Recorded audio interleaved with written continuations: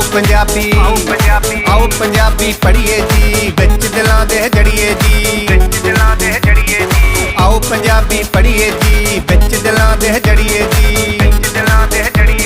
मां बोली पंजाबी बई, सोहनी बोली साडी बई। सोहनी सोहनी लिखिए बई, लिखदे लिखदे सिखिए बई।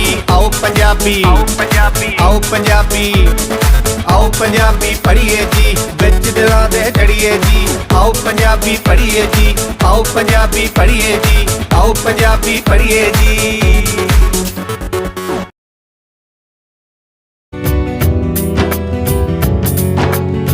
साडा सब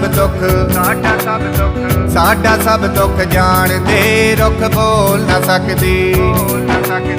साडा सब दुख जान दे, रुख बोल न सकदे। ये भली बात पहचान दे, पर बोल न सकदी। साडा सब दुख जान दे, रुख बोल न सकदी। इन्हां दे गल कत के बाही, रोवण वेला मारन ताही। इन्हां दे गल कत के बाही, रोवण वेला मारन ताही। ए भी रोवण उन्ना वांगर, ए भी रोवण उन्ना वांगर। ए उन्हां दे हाण दे, पर बोल न सकदे। साडा सब दुख जान दे, रुख बोल न सकदे। साडा सब दुख जान दे, रुख बोल न सकदे। बंदा छावें बैठण आवे, इन्हां नूं ही छांगी जावे। बंदा छावें बैठण आवे, इन्हां नूं ही छांगी जावे। ना बोलण ना कूकण फिर भी, ना बोलण ना कूकण फिर भी। भावें सब कुछ जान दे, पर बोल न सकदे। साडा सब दुख जान दे, रुख बोल न सकदे। साडा सब दुख जान दे, रुख बोल न सकदे। इन्हां तुरों फकीरी पाई, अंतां दी दलगीरी पाई। इन्हां तुरों फकीरी पाई, अंतां दी दलगीरी पाई। रब दे फकर खड़े खड़ोते, रब दे फकर खड़े खड़ोते। मोहताजी ना मान दे, पर बोल न सकदे। साडा सब दुख जान दे, रुख बोल न सकदे। ये भली बात पहचान दे, पर बोल न सकदे। साडा सब दुख जान दे, रुख बोल न सकदे। साडा सब दुख जान दे, रुख बोल न सकदे। प्यारे विद्यार्थियों, प्यार भरी सत श्री अकाल। ये जो खूबसूरत गीत तुसीं सुन रहे सी, साडा सब दुख जान दे, रुख बोल ना सकदे। ये भली भांत पहचान दे, पर बोल ना सकदे। ये गीत जो कि रुखां बारे है, रुखां बारे साडे बहुत शायरां ने गीत लिखे ने। जे असीं गल करिए गुरबाणी विच साडे गुरु साहिबान ने, साडे भगतां ने, इस तो पहलां साडी इस धरती ते जिथे वेद रचे गए, उन्हां ने रुखां दा जिक्र अपनियां रचनावां दे विच कीता है। साडे बहुत सारे शायरां ने, बेशक वो अजोके काल दे होण जां बीते हुए समय दे होण, उन्हां ने रुखां बारे, कुदरत बारे, पंछियां बारे बहुत खूबसूरत गीत लिखे ने। रुखां नाल साडा बहुत गहरा ते प्यारा रिश्ता है। आपां इस गीत बारे गलबात करांगे, इस गीत की प्रसंग सहित व्याख्या भी करांगे। पहलां आपां गल करदे हां इस गीत दे गीतकार दी, गीत दे लिखण वाले उस शायर दी जिन्हां ने ये गीत लिखिया। इस गीत नूं लिखिया है सरदार जोगा सिंह जी ने, जिन्हां दा जीवन काल है 1942 तो 1999 ईस्वी तक।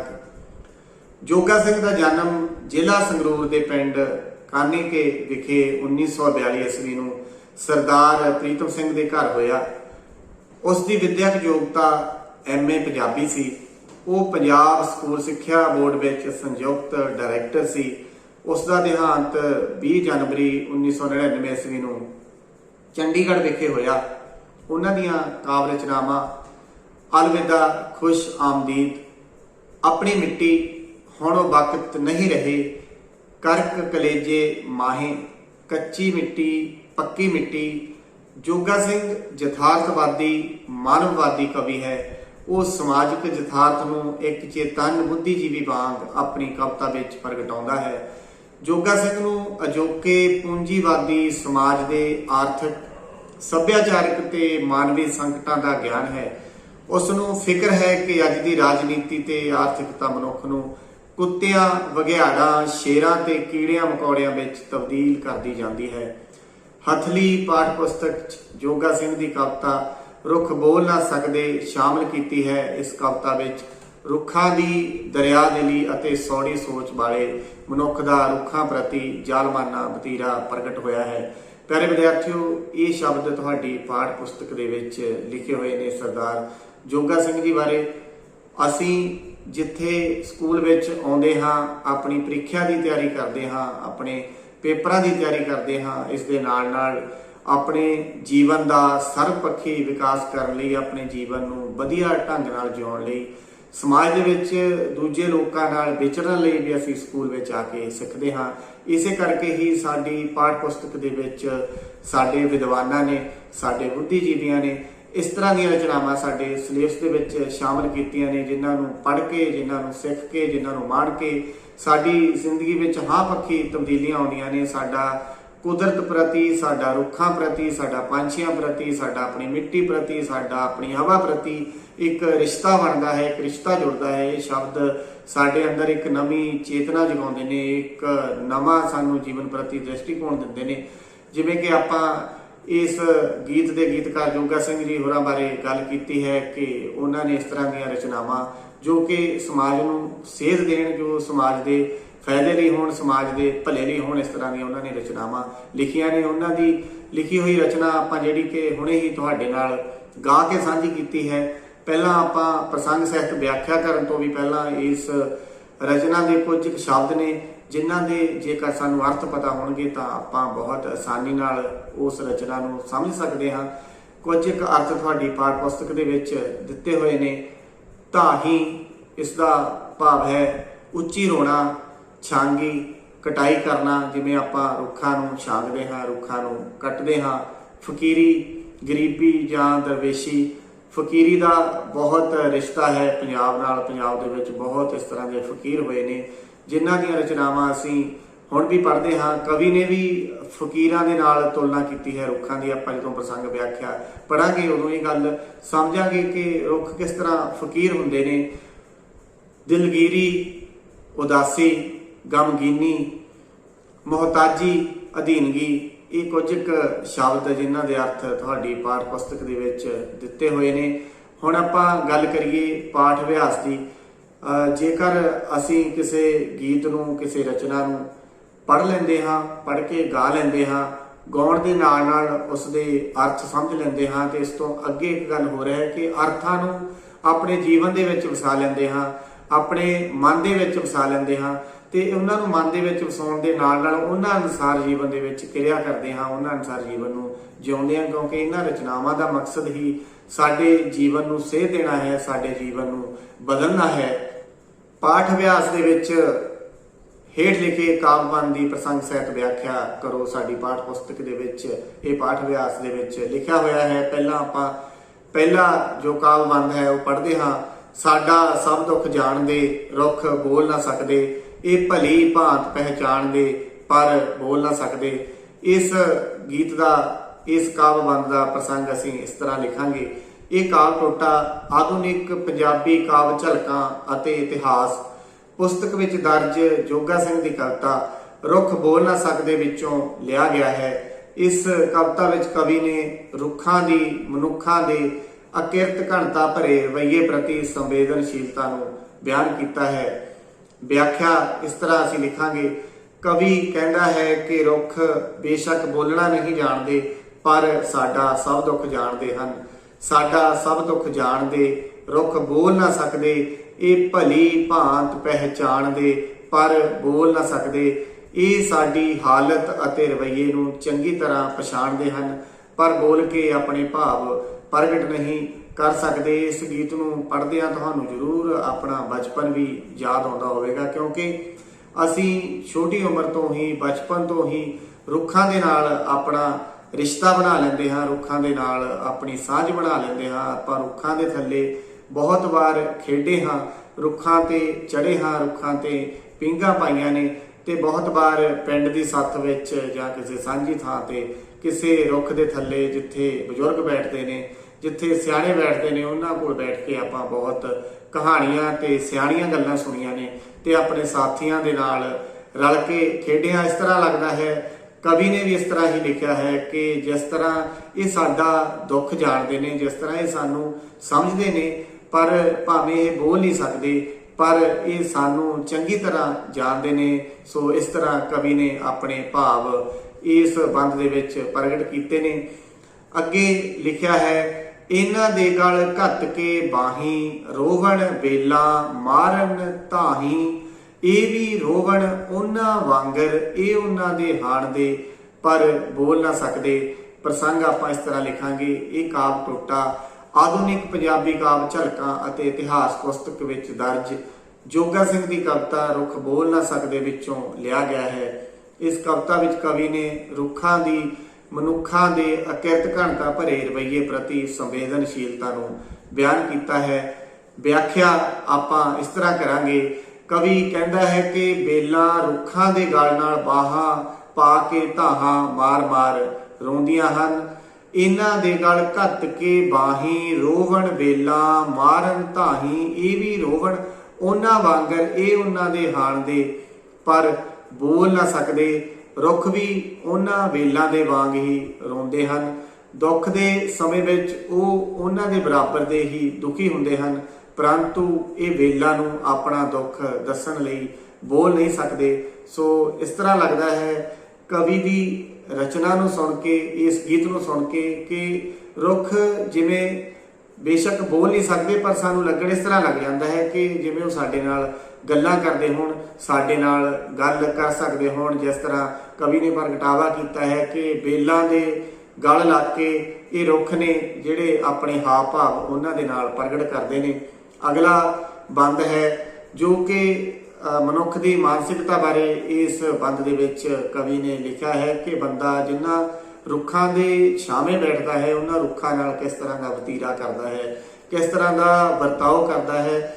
ਬੰਦਾ ਛਾਵੇਂ ਬੈਠਣ ਆਵੇ, ਇਹਨਾਂ ਨੂੰ ਹੀ ਛਾਂਗੀ ਜਾਵੇ, ਨਾ ਬੋਲਣ ਨਾ ਕੂਕਣ ਫਿਰ ਵੀ, ਭਾਵੇਂ ਸਭ ਕੁਝ ਜਾਣਦੇ ਪਰ ਬੋਲ ਨਾ ਸਕਦੇ।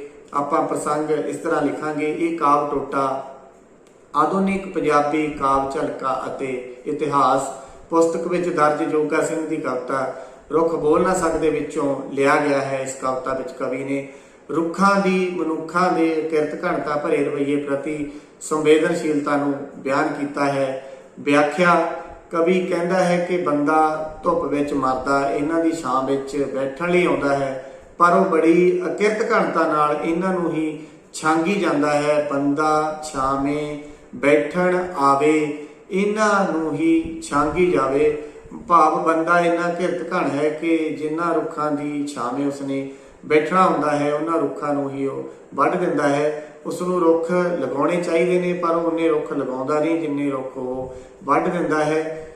ਨਾ ਬੋਲਣ ਨਾ ਕੂਕਣ ਫਿਰ ਵੀ, ਭਾਵੇਂ ਸਭ ਕੁਝ ਜਾਣਦੇ ਪਰ ਬੋਲ ਨਾ ਸਕਦੇ। ਬੰਦੇ ਦੇ ਇਸ ਬੁਰੇ ਰਵੱਈਏ ਬਾਰੇ ਭਾਵੇਂ ਸਭ ਕੁਝ ਜਾਣਦੇ ਹਨ ਪਰ ਇਹ ਮੂੰਹੋਂ ਬੋਲ ਕੇ ਜਾਂ ਕੂਕ ਕੇ ਸ਼ਿਕਾਇਤ ਨਹੀਂ ਕਰਦੇ, ਕਿਉਂਕਿ ਇਹ ਬੋਲ ਹੀ ਨਹੀਂ ਸਕਦੇ। ਇਸ ਭਾਵ ਨੂੰ ਪ੍ਰਗਟ ਕਰਦਿਆਂ ਬਾਬਾ ਫਰੀਦ ਜੀ ਨੇ ਵੀ ਕਿਹਾ ਹੈ ਕਿ ਵੇਖ ਰੁੱਖਾਂ ਦੀ ਜੀਰਾਂਦ, ਭਾਵ ਰੁੱਖਾਂ ਦੇ ਵਿੱਚ ਇੰਨੀ ਸਹਿਣਸ਼ੀਲਤਾ ਹੁੰਦੀ ਆ, ਰੁੱਖਾਂ ਦੇ ਵਿੱਚ ਇੰਨੀ ਸੰਵੇਦਨਸ਼ੀਲਤਾ ਹੁੰਦੀ ਆ। ਬੇਸ਼ੱਕ ਉਹ ਸਾਰਾ ਕੁਝ ਸਮਝਦੇ ਨੇ, ਕਵੀ ਦੇ ਕਹਿਣ ਅਨੁਸਾਰ ਸਾਰਾ ਕੁਝ ਉਹ ਜੋ ਮਨੁੱਖ ਉਹਨਾਂ ਨਾਲ ਕਰਦਾ ਹੈ ਮਹਿਸੂਸ ਕਰਦੇ ਨੇ, ਪਰ ਉਹ ਆਪਣੀ ਗੱਲ ਬੋਲ ਕੇ ਜਾਂ ਕਿਸੇ ਵੀ ਹੋਰ ਤਰੀਕੇ ਨਾਲ ਮਨੁੱਖ ਦੇ ਨਾਲ ਸਾਂਝੀ ਨਹੀਂ ਕਰਦੇ। ਸੋ ਅਗਲੇ ਬੰਦ ਦੇ ਵਿੱਚ ਕਵੀ ਨੇ ਲਿਖਿਆ ਹੈ, ਇਨਾ ਧੁਰੋਂ ਫਕੀਰੀ ਪਾਈ, ਅੰਤਾਂ ਦੀ ਦਿਲਗੀਰੀ ਪਾਈ। ਰੱਬ ਦੇ ਫੱਕਰ ਖੜੇ ਖੜੋਤੇ, ਮੁਹਤਾਜੀ ਨਾ ਮਾਣਦੇ ਪਰ ਬੋਲ ਨਾ ਸਕਦੇ। ਸਾਡਾ ਸਭ ਦੁੱਖ ਜਾਣਦੇ, ਰੁੱਖ ਬੋਲ ਨਾ ਸਕਦੇ। ਪ੍ਰਸੰਗ ਆਪਾਂ ਇਸ ਤਰ੍ਹਾਂ ਲਿਖਾਂਗੇ। ਇਹ ਕਾਵਿ ਟੋਟਾ ਆਧੁਨਿਕ ਪੰਜਾਬੀ ਕਾਵਿ ਝਲਕਾਂ ਅਤੇ ਇਤਿਹਾਸ ਪੁਸਤਕ ਵਿੱਚ ਦਰਜ ਜੋਗਾ ਸਿੰਘ ਦੀ ਕਵਿਤਾ ਰੁੱਖ ਬੋਲ ਨਾ ਸਕਦੇ ਵਿੱਚੋਂ ਲਿਆ ਗਿਆ ਹੈ। ਇਸ ਕਵਿਤਾ ਵਿੱਚ ਕਵੀ ਨੇ ਰੁੱਖਾਂ ਦੀ ਮਨੁੱਖਾਂ ਦੇ ਅਕਿਰਤ ਘਣਤਾ ਭਰੇ ਰਵੱਈਏ ਪ੍ਰਤੀ ਸੰਵੇਦਨਸ਼ੀਲਤਾ ਨੂੰ ਬਿਆਨ ਕੀਤਾ ਹੈ। ਅਸੀਂ ਪ੍ਰਸੰਗ ਦੇ ਵੇਲੇ ਇਸ ਗੱਲ ਨੂੰ ਯਾਦ ਰੱਖਣਾ ਹੈ ਕਿ ਕੋਈ ਵੀ ਕਾਵਿ-ਬੰਧ ਜਦੋਂ ਸਾਨੂੰ ਪ੍ਰੀਖਿਆ ਦੇ ਵਿੱਚ ਆਉਂਦਾ ਹੈ ਤਾਂ ਉਹ ਕਿਸ ਕਵੀ ਨੇ ਉਹ ਰਚਨਾ ਲਿਖੀ ਹੈ, ਕਿਸ ਕਵੀ ਦਾ ਜੋ ਕਵਿਤਾ ਉਹਨਾਂ ਨੇ ਲਿਖੀ ਹੈ ਉਸ ਦਾ ਕਵਿਤਾ ਦਾ ਨਾਮ ਕੀ ਹੈ ਅਤੇ ਪੁਸਤਕ ਦਾ ਨਾਮ ਕੀ ਹੈ। ਜੇਕਰ ਅਸੀਂ ਇਹ ਸਾਰਾ ਕੁਝ ਯਾਦ ਰੱਖ ਕੇ ਲਿਖ ਦਿੰਦੇ ਹਾਂ ਤਾਂ ਅਸੀਂ ਪੂਰੇ ਅੰਕ ਪ੍ਰਾਪਤ ਕਰ ਸਕਦੇ ਹਾਂ ਪ੍ਰੀਖਿਆ ਦੇ ਵਿੱਚੋਂ। ਸੋ ਇਸ ਗੱਲ ਦਾ ਅਸੀਂ ਧਿਆਨ ਰੱਖਣਾ ਹੈ ਕਿ ਸਾਡੀ ਪਾਠ ਪੁਸਤਕ ਦੇ ਵਿੱਚ ਕਿਹੜੇ ਕਵੀ ਨੇ ਕਿਹੜੀ ਰਚਨਾ ਲਿਖੀ ਹੈ ਤੇ ਉਸ ਰਚਨਾ ਦਾ ਨਾਮ ਕੀ ਹੈ, ਤੇ ਇਸ ਤੋਂ ਬਾਅਦ ਵਿਆਖਿਆ ਵਿੱਚ ਅਸੀਂ ਉਸ ਰਚਨਾ ਬਾਰੇ ਕਵੀ ਕੀ ਕਹਿਣਾ ਚਾਹੁੰਦਾ ਹੈ ਉਸ ਬਾਰੇ ਗੱਲ ਕਰਦੇ ਹਾਂ। ਕਵੀ ਕਹਿੰਦਾ ਹੈ ਕਿ ਰੁੱਖਾਂ ਨੇ ਧੁਰੋਂ ਹੀ ਫਕੀਰੀ ਤੇ ਬੇਹਿਸਾਬ ਉਦਾਸੀ ਪ੍ਰਾਪਤ ਕੀਤੀ ਹੈ। ਇਹ ਰੱਬ ਦੇ ਫਕੀਰ ਹਰ ਸਮੇਂ ਸਭ ਦੁੱਖ ਸਹਿੰਦੇ ਹੋਏ ਖੜੇ ਰਹਿੰਦੇ ਹਨ, ਪਰੰਤੂ ਕਿਸੇ ਦੇ ਅੱਗੇ ਤਰਲੇ ਨਹੀਂ ਕਰਦੇ ਤੇ ਇਸ ਤਰ੍ਹਾਂ ਕਿਸੇ ਦੀ ਅਧੀਨਗੀ ਮਨਜ਼ੂਰ ਨਹੀਂ ਕਰਦੇ। ਆਪਣੇ ਭਾਵ ਪ੍ਰਗਟ ਕਰਨ ਲਈ ਬੋਲ ਨਹੀਂ ਸਕਦੇ।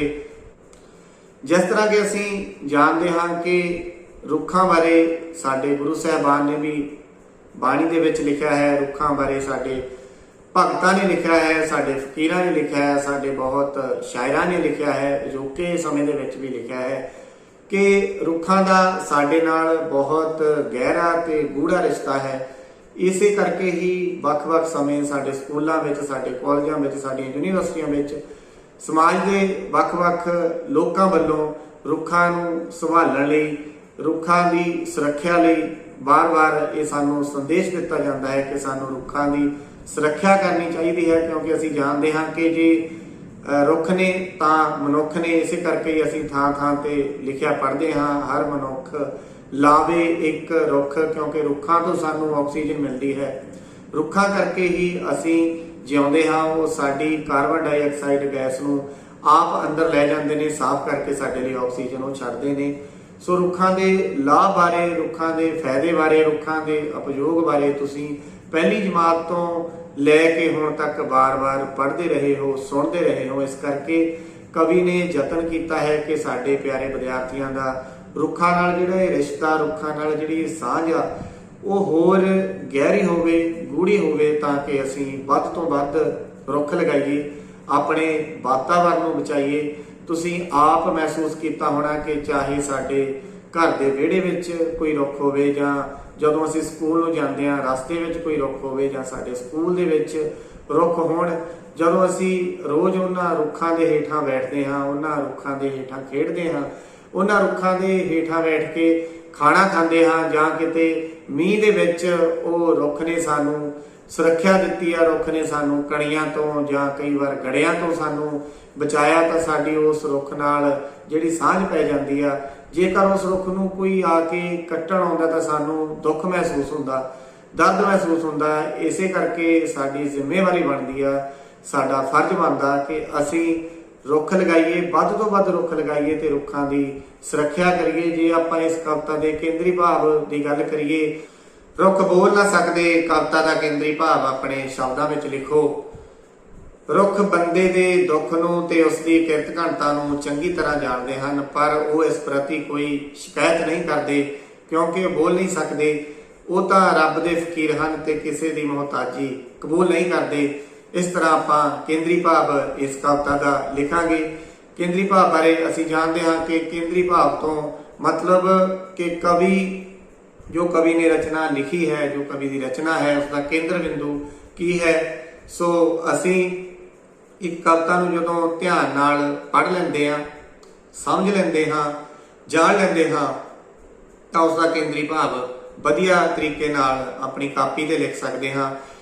ਤੁਹਾਡੀ ਪ੍ਰੀਖਿਆ ਦੇ ਵਿੱਚ ਵੀ ਕੇਂਦਰੀ ਭਾਵ ਲਿਖਣ ਬਾਰੇ ਤੁਹਾਨੂੰ ਪ੍ਰਸ਼ਨ ਆਵੇਗਾ, ਸਵਾਲ ਆਵੇਗਾ। ਸੋ ਜਿਨ੍ਹਾਂ ਬੱਚਿਆਂ ਨੇ ਧਿਆਨ ਨਾਲ ਕੋਈ ਰਚਨਾ ਪੜ੍ਹੀ ਹੁੰਦੀ ਆ ਤਾਂ ਪੂਰੇ ਧਿਆਨ ਦੇ ਨਾਲ ਉਹ ਇਸ ਪ੍ਰਸ਼ਨ ਦਾ ਉੱਤਰ ਲਿਖ ਸਕਦੇ ਨੇ। ਕੁਝ ਇੱਕ ਵਸਤੂਨਿਸ਼ਟ ਪ੍ਰਸ਼ਨ ਨੇ ਜਿਹੜੇ ਸਾਨੂੰ ਪ੍ਰੀਖਿਆ ਦੇ ਵਿੱਚ ਆ ਸਕਦੇ ਨੇ, ਤੇ ਇਸ ਦੇ ਨਾਲ ਨਾਲ ਸਾਡੀ ਹੁਣ ਦੁਹਰਾਈ ਵੀ ਹੋ ਜਾਵੇਗੀ, ਸਾਨੂੰ ਆਪਣੇ ਆਪ ਦਾ ਪਤਾ ਲੱਗ ਜਾਵੇਗਾ ਕਿ ਅਸੀਂ ਕਿੰਨੇ ਧਿਆਨ ਨਾਲ ਇਸ ਗੀਤ ਨੂੰ ਸੁਣਿਆ ਹੈ ਤੇ ਇਸ ਵਿੱਚੋਂ ਕੀ ਸਮਝਿਆ ਹੈ। ਪਹਿਲਾ ਪ੍ਰਸ਼ਨ ਹੈ, ਰੁੱਖਾਂ ਦੇ ਗਲ ਬਾਹਾਂ ਪਾ ਕੇ ਕੌਣ ਰੋਂਦਾ ਹੈ? ਉੱਤਰ, ਵੇਲਾ। ਛਾਵੇਂ ਬੈਠਣ ਵਾਲਾ ਮਨੁੱਖ ਰੁੱਖਾਂ ਤੇ ਕੀ ਜ਼ੁਲਮ ਕਰਦਾ ਹੈ? ਇਹਨਾਂ ਨੂੰ ਛਾਂਗਦਾ ਹੈ, ਇਹਨਾਂ ਨੂੰ ਹੀ ਛਾਂਗੀ ਜਾਵੇ। ਉਸ ਲਾਈਨ ਦੇ ਵਿੱਚ, ਉਸ ਸਤਰ ਦੇ ਵਿੱਚ ਕਵੀ ਨੇ ਲਿਖਿਆ ਹੈ। ਰੁੱਖ ਬੋਲ ਨਾ ਸਕਦੇ, ਕਵਿਤਾ 'ਚ ਰੱਬ ਦੇ ਫਕਰ ਕਿਸ ਨੂੰ ਕਿਹਾ ਗਿਆ ਹੈ? ਰੁੱਖਾਂ ਨੂੰ। ਰੁੱਖ ਬੋਲ ਨਾ ਸਕਦੇ ਕਵਿਤਾ ਦਾ ਕਵੀ ਕੌਣ ਹੈ? ਜੋਗਾ ਸਿੰਘ। ਰੁੱਖ ਕੀ ਨਹੀਂ ਕਰ ਸਕਦੇ? ਰੁੱਖ ਬੋਲ ਨਹੀਂ ਸਕਦੇ। ਮੁਹਤਾਜੀ ਕੌਣ ਨਹੀਂ ਮੰਨਦਾ? ਰੁੱਖ। ਕਿੰਨਾਂ ਨੇ ਧੁਰੋਂ ਗਰੀਬੀ ਪਾਈ ਹੈ? ਰੁੱਖਾਂ ਨੇ। ਇਹਨਾਂ ਦੇ ਗਲ ਘੱਤ ਕੇ ਬਾਹੀਂ, ਰੋਵਣ ਵੇਲਾ ਮਾਰਨ ਧਾਹੀ। ਉਪਰੋਕਤ ਕਾਵ ਸਤਰ ਕਿਸ ਕਵਿਤਾ ਵਿੱਚੋਂ ਹੈ? ਰੁੱਖ ਬੋਲ ਨਾ ਸਕਦੇ। ਇਸ ਗੀਤ ਨੂੰ ਜੇਕਰ ਅਸੀਂ ਆਪਣੀ ਜਮਾਤ ਦੇ ਵਿੱਚ ਕੁਝ ਬੱਚਿਆਂ ਦੇ ਨਾਲ, ਆਪਣੇ ਸਾਥੀਆਂ ਦੇ ਨਾਲ ਰਲ ਕੇ ਇਸ ਨੂੰ ਪੜ੍ਹਦੇ ਹਾਂ, ਗਾਉਂਦੇ ਹਾਂ, ਜਾਂ ਸਾਡੇ ਸਕੂਲ ਜਦੋਂ 5 ਜੂਨ ਨੂੰ ਵਾਤਾਵਰਣ ਦਿਵਸ ਮਨਾਇਆ ਜਾਂਦਾ ਜਾਂ ਇਸ ਤਰ੍ਹਾਂ ਦਾ ਕੋਈ ਵੀ ਸਮਾਗਮ ਹੁੰਦਾ, ਜੇਕਰ ਅਸੀਂ ਉੱਥੇ ਇਸ ਗੀਤ ਦੀ ਪੇਸ਼ਕਾਰੀ ਕਰਦੇ ਹਾਂ ਤਾਂ ਸਾਡੇ ਨਾਲ ਦੇ ਵਿਦਿਆਰਥੀ ਸਾਥੀਆਂ ਨੂੰ, ਸਾਡੇ ਅਧਿਆਪਕਾਂ ਨੂੰ, ਜਾਂ ਸਾਡੇ ਉਸ ਸਮਾਗਮ ਦੇ ਵਿੱਚ ਜਿੰਨੇ ਵੀ ਮਹਿਮਾਨ ਆਏ ਹੋਣਗੇ ਉਹਨਾਂ ਸਾਰਿਆਂ ਨੂੰ ਇਹ ਕਵਿਤਾ, ਇਹ ਗੀਤ ਬਹੁਤ ਵਧੀਆ ਲੱਗੇਗੀ। ਇਸ ਦੇ ਨਾਲ ਨਾਲ ਇੱਕ ਤੁਸੀਂ ਵਧੀਆ ਸੁਨੇਹਾ ਵੀ ਉਹਨਾਂ ਲੋਕਾਂ ਤੱਕ ਪਹੁੰਚਾਓਗੇ। ਇਸ ਕਰਕੇ ਸਾਨੂੰ ਇਸ ਤਰ੍ਹਾਂ ਦੇ ਗੀਤ ਜਿਹੜੇ ਸਾਡੀ ਜ਼ਿੰਦਗੀ ਨੂੰ ਇੱਕ ਰੋਸ਼ਨੀ ਦਿੰਦੇ ਨੇ, ਜਿਹੜੇ ਇੱਕ ਸੇਧ ਦਿੰਦੇ ਨੇ, ਜਿਨ੍ਹਾਂ ਦਾ ਫਾਇਦਾ ਇਕੱਲੇ ਸਾਨੂੰ ਨਹੀਂ, ਸਾਡੇ ਸਾਰੇ ਸਮਾਜ ਨੂੰ, ਕੇਵਲ ਹੋਣ ਵਾਲੇ ਸਮਾਜ ਨੂੰ ਹੀ ਨਹੀਂ, ਜੇਕਰ ਅਸੀਂ ਇੱਕ ਰੁੱਖ ਲਗਾ ਦਿੰਦੇ ਹਾਂ ਤਾਂ ਸਾਡੀਆਂ ਆਉਣ ਵਾਲੀਆਂ ਪੀੜ੍ਹੀਆਂ ਨੂੰ ਵੀ ਇਸ ਰੁੱਖ ਦਾ ਫਾਇਦਾ ਹੋਵੇਗਾ, ਲਾਭ ਹੋਵੇਗਾ। ਕਿਉਂਕਿ ਅੱਜ ਅਸੀਂ ਜੇਕਰ ਆਪਣੇ ਪਿੰਡ ਜਾਂ ਸ਼ਹਿਰ ਵਿੱਚ ਵੱਡੇ ਬੋੜ, ਪਿੱਪਲ ਜਾਂ ਪੁਰਾਣੇ ਰੁੱਖ ਵੇਖਦੇ ਹਾਂ ਤਾਂ ਉਹ ਰੁੱਖ ਸਾਡੇ ਵਡੇਰਿਆਂ ਨੇ, ਸਾਡੇ ਬਜ਼ੁਰਗਾਂ ਨੇ, ਸਾਡੇ ਦਾਦਿਆਂ ਪੜਦਾਦਿਆਂ ਨੇ, ਪੁਰਖਿਆਂ ਨੇ ਲਗਾਏ ਨੇ, ਜਿਨ੍ਹਾਂ ਦੀ ਅਸੀਂ ਅੱਜ ਛਾਂ ਮਾਣਦੇ ਹਾਂ। ਤੁਹਾਡੇ ਵਿੱਚੋਂ ਬਹੁਤ ਸਾਰੇ ਵਿਦਿਆਰਥੀ ਸਾਡੀਆਂ ਇਤਿਹਾਸਕ ਜੋ ਥਾਵਾਂ ਨੇ ਉਹਨਾਂ ਨੂੰ ਵੇਖਣ ਜਾਂਦੇ ਹੋਣਗੇ, ਜਾਂ ਤੁਸੀਂ ਅੰਮ੍ਰਿਤਸਰ ਵਿੱਚ ਸ੍ਰੀ ਹਰਿਮੰਦਰ ਸਾਹਿਬ ਗਏ ਹੋਵੋਗੇ, ਉੱਥੇ ਬਹੁਤ ਪੁਰਾਣੀ ਬੇਰੀ ਹੈ। ਇਸੇ ਤਰ੍ਹਾਂ ਹੀ ਵੱਖ-ਵੱਖ ਥਾਵਾਂ ਤੇ ਪੰਜਾਬ ਦੇ ਵਿੱਚ ਇਸ ਤਰ੍ਹਾਂ ਦੇ ਰੁੱਖ ਨੇ ਜਿਹੜੇ ਕਈ 100 ਸਾਲ ਪੁਰਾਣੇ ਨੇ। ਸਾਡੇ ਗੁਰੂ ਸਾਹਿਬਾਨ ਨੇ, ਜਿੱਥੇ ਗੁਰੂ ਸਾਹਿਬਾਨ ਨੇ ਗੁਰਬਾਣੀ ਦੀ ਰਚਨਾ ਕੀਤੀ, ਜਿੱਥੇ ਜਿੱਥੇ ਗੁਰੂ ਸਾਹਿਬਾਨ ਗਏ ਉੱਥੇ ਅਸੀਂ ਅੱਜ ਵੀ ਗੁਰਦੁਆਰਾ ਸਾਹਿਬ ਵਿੱਚ ਜਾ ਕੇ ਦੇਖਦੇ ਹਾਂ ਕਿ ਕਿੰਨੇ ਪੁਰਾਤਨ ਰੁੱਖ ਸਾਨੂੰ ਅੱਜ ਵੀ ਦੇਖਣ ਨੂੰ ਮਿਲਦੇ ਨੇ। ਸੋ ਅਸੀਂ ਵੀ ਅਗਰ ਕੋਈ ਵਧੀਆ ਨਿਸ਼ਾਨੀ ਆਉਣ ਵਾਲੀਆਂ ਪੀੜ੍ਹੀਆਂ ਨੂੰ ਦੇਣਾ ਚਾਹੁੰਦੇ ਹਾਂ ਤਾਂ ਸਾਨੂੰ ਵੱਧ ਤੋਂ ਵੱਧ ਰੁੱਖ ਲਗਾਉਣੇ ਪੈਣਗੇ, ਕਿਉਂਕਿ ਜੇ ਰੁੱਖ ਨੇ ਤਾਂ ਸਾਡਾ ਜੀਵਨ ਹੈ। ਰੁੱਖਾਂ ਬਿਨਾਂ ਅਸੀਂ ਧਰਤੀ ਤੇ ਜਿਉਂਦੇ ਨਹੀਂ ਰਹਿ ਸਕਦੇ। ਜਿੰਨੇ ਵੀ ਸਾਡੇ ਪੰਛੀ ਨੇ ਜਾਂ ਹੋਰ ਜੀਵ ਜੰਤੂ ਨੇ, ਕਿਉਂਕਿ ਕੁਦਰਤ ਦਾ ਇੱਕ ਸੰਤੁਲਨ ਹੁੰਦਾ ਹੈ ਕਿ ਜੇਕਰ ਉਹ ਸੰਤੁਲਨ ਕਾਇਮ ਰਹਿੰਦਾ ਹੈ ਤਾਂ ਅਸੀਂ ਸਾਰੇ ਹੀ ਧਰਤੀ ਤੇ ਕਾਇਮ ਰਹਾਂਗੇ। ਇਸ ਕਰਕੇ ਜਿਹੜੇ ਸਾਡੇ ਵਿਦਿਆਰਥੀ ਨੇ, ਤੁਸੀਂ ਸਾਰੇ ਸਕੂਲਾਂ ਵਿੱਚ ਪੜ੍ਹਦੇ ਹੋ, ਸੋ ਤੁਹਾਡਾ ਇਹ ਸਭ ਤੋਂ ਪਹਿਲਾ ਫਰਜ਼ ਬਣਦਾ ਹੈ, ਤੁਹਾਡੀ ਜ਼ਿੰਮੇਵਾਰੀ ਬਣਦੀ ਹੈ ਕਿ ਜਿੱਥੇ ਵੀ ਤੁਹਾਨੂੰ ਲੱਗੇ ਕਿ ਸਥਾਨ ਹੈ ਤਾਂ ਉੱਥੇ ਸਾਨੂੰ ਰੁੱਖ ਲਗਾਉਣੇ ਚਾਹੀਦੇ ਨੇ। ਇੱਕ ਹੋਰ ਪ੍ਰਸ਼ਨ ਜਿਹੜਾ ਕਿ ਬਹੁਤ ਜ਼ਰੂਰੀ ਹੈ ਤੁਹਾਡੇ ਲਈ, ਜਿਹੜਾ ਤੁਹਾਡੀ ਪਾਠ ਪੁਸਤਕ ਦੇ ਵਿੱਚ ਹੈ, ਰੁੱਖਾਂ ਨਾਲ ਸੰਬੰਧਿਤ ਕਵਿਤਾ ਖੁਦ ਲਿਖੋ ਜਾਂ ਇਸ ਸੰਬੰਧੀ ਕਿਸੇ ਹੋਰ ਲੇਖਕ ਦੀ ਕਵਿਤਾ ਲੱਭੋ ਅਤੇ ਜਮਾਤ ਵਿੱਚ ਸੁਣਾਓ। ਤੁਹਾਡੇ ਸਕੂਲ ਦਾ ਬਾਲ ਰਸਾਲਾ ਵੀ ਛਪਦਾ ਹੋਵੇਗਾ, ਤੁਹਾਡੇ ਅਧਿਆਪਕ ਸਾਹਿਬਾਨ ਵੀ ਤੁਹਾਡੇ ਨਾਲ ਰੁੱਖਾਂ ਬਾਰੇ ਗੱਲਬਾਤ ਕਰਦੇ ਹੋਣਗੇ। ਸੋ ਜੇਕਰ ਤੁਸੀਂ ਆਪ ਰੁੱਖਾਂ ਬਾਰੇ ਕੋਈ ਕਵਿਤਾ ਲਿਖਦੇ ਹੋ, ਕੋਈ ਲੇਖ ਲਿਖਦੇ ਹੋ ਤਾਂ ਇਹ ਬਹੁਤ ਵੱਡੀ ਗੱਲ ਹੋਵੇਗੀ।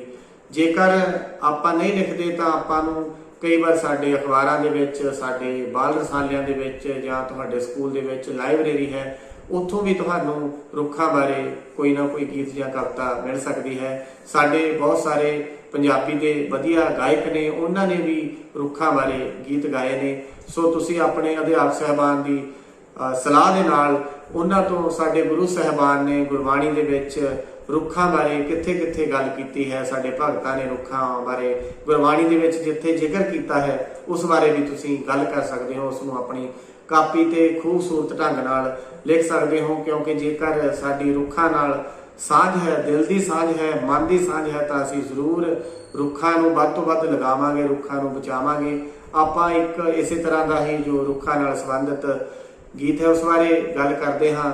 ਰੁੱਖ ਬੀਜੇ ਨੇ ਛਾਂ ਮਿਲੇਗੀ, ਜੀਵਨ ਦੇ ਲਈ ਥਾਂ ਮਿਲੇਗੀ। ਸੋ ਇਹ ਲਾਈਨਾਂ ਪੜ੍ਹ ਕੇ ਤੁਹਾਡੇ ਸਮਝ ਆ ਗਈ ਹੋਵੇਗੀ ਗੱਲ ਕਿ ਜਿਨ੍ਹਾਂ ਨੇ ਰੁੱਖ ਲਗਾਏ ਨੇ ਉਹ ਛਾਵਾਂ ਮਾਣਦੇ ਨੇ।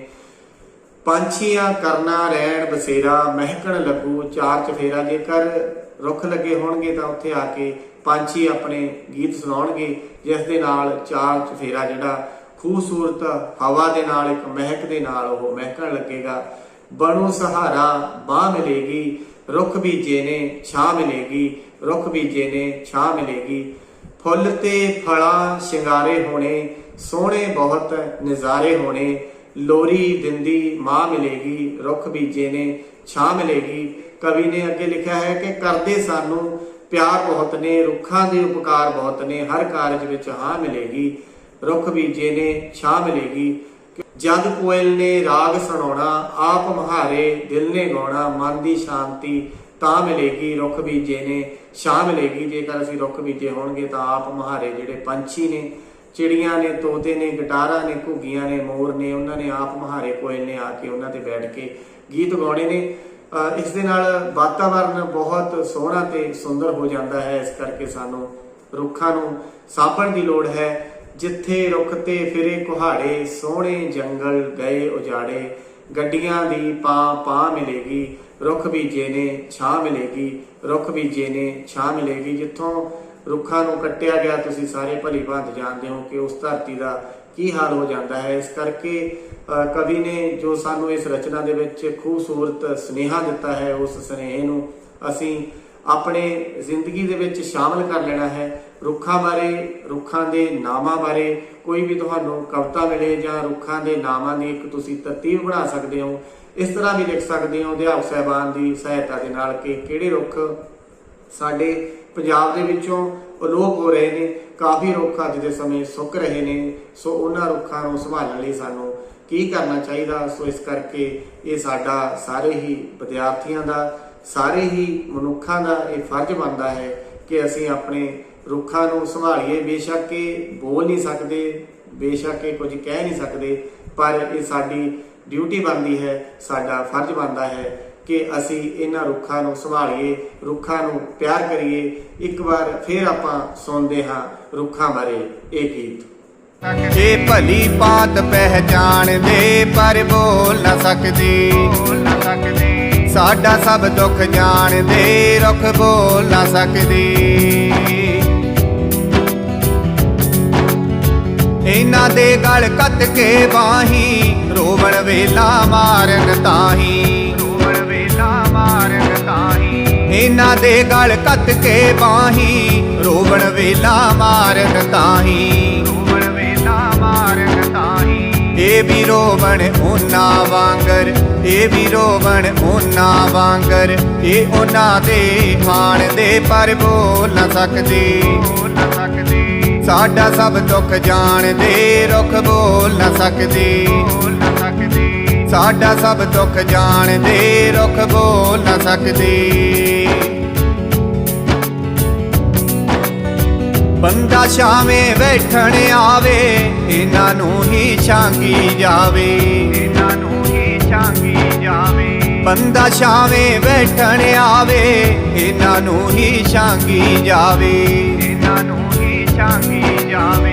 ਨਾ ਬੋਲਣ ਨਾ ਕੂਕਣ ਫਿਰ ਵੀ, ਨਾ ਬੋਲਣ ਨਾ ਕੂਕਣ ਫਿਰ ਵੀ। ਭਾਵੇਂ ਸਭ ਕੁਝ ਜਾਣਦੇ ਪਰ ਬੋਲ ਨਾ ਸਕਦੇ, ਬੋਲ ਨਾ ਸਕਦੇ।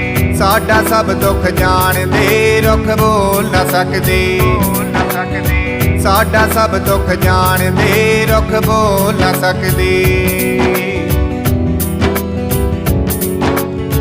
ਇਹਨਾਂ ਧੁਰੋਂ ਫਕੀਰੀ ਪਾਈ, ਅੰਤਾਂ ਦੀ ਦਲਗੀਰੀ ਪਾਈ, ਅੰਤਾਂ ਦੀ ਦਲਗੀਰੀ ਪਾਈ। ਇਹਨਾਂ ਧੁਰੋਂ ਫਕੀਰੀ ਪਾਈ, ਅੰਤਾਂ ਦੀ ਦਲਗੀਰੀ ਪਾਈ, ਅੰਤਾਂ ਦੀ ਦਲਗੀਰੀ ਪਾਈ। ਰੱਬ ਦੇ ਫਕਰ ਖੜੇ ਖੜੋਤੇ, ਰੱਬ ਦੇ ਫਕਰ ਖੜੇ ਖੜੋਤੇ। ਮੁਹਤਾਜੀ ਨਾ ਮਾਣਦੇ ਪਰ ਬੋਲ ਨਾ ਸਕਦੇ, ਬੋਲ ਨਾ ਸਕਦੇ। ਸਾਡਾ ਸਭ ਦੁੱਖ ਜਾਣਦੇ, ਰੁੱਖ ਬੋਲ ਨਾ ਸਕਦੇ।